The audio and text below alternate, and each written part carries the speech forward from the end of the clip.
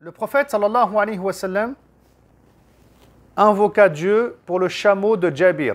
Celui-ci dépassa alors les autres chameaux et se plaça à la tête du groupe alors qu'au départ, il se trouvait à l'arrière. Cet événement, il a lieu lors de l'expédition de Tabouk qui a lieu en l'an 9 de l'Hégire et c'est la dernière expédition à laquelle participe le prophète sallallahu alayhi wa sallam. Donc il a invoqué Allah pour le chameau de Jabir qui va dépasser les autres chameaux sur le chemin. Et ici, Jabir, c'est Jabir ibn Abdullah qui est décédé en l'an 74 de l'Hégire et qui a rapporté beaucoup de hadiths du prophète sallallahu alayhi wa sallam. Je continue. Il invoqua Allah subhanahu wa ta'ala en faveur d'Anas pour qu'il lui donne une longue vie, beaucoup de biens, ainsi que de nombreux enfants. Et Anas ici, c'est Anas ibn Malik. Anas ibn Malik, donc le serviteur du prophète Mohammed sallallahu alayhi wa sallam.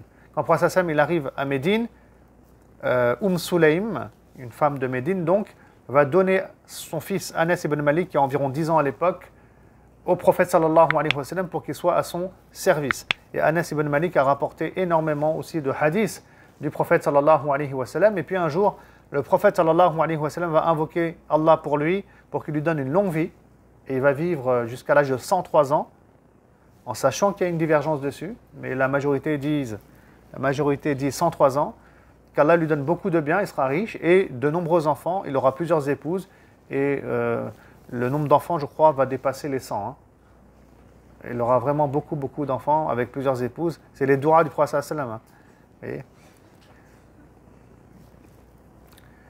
Je continue. Par ailleurs, le prophète sallallahu alayhi wa sallam demanda à Dieu de bénir les dattes de Jabir. Il put alors rembourser ses créanciers. Après règlement de sa dette, il lui restait encore 13 wasq, c'est-à-dire 780 boisseaux. Le prophète sallallahu alayhi wa sallam invoqua Dieu pour qu'il pleuve. Les gens furent frappés d'une abondante pluie durant toute une semaine. Il demanda ensuite, par une autre invocation, que la pluie cesse. Les nuages se dissipèrent. Vous voyez, ça c'est l'impact, je disais tout à l'heure, des doigts, des fois ça a un impact très fort, des doigts du prophète sallallahu alayhi wa sallam. Des doigts qui peuvent amener Omar ibn al-Khattab à l'islam, des doigts qui peuvent provoquer la pluie et une pluie qui ne s'arrête plus. Donc derrière le prophète sallam, il refait une doua pour que la pluie cesse.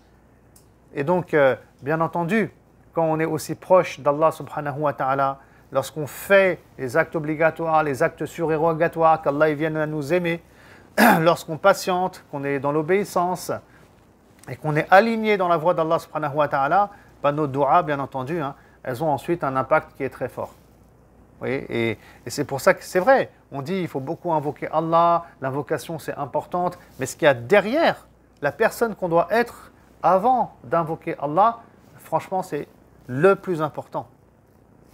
On va dire ça, le plus important, ou voire extrêmement important. En tout cas, c'est au moins la base de toute chose.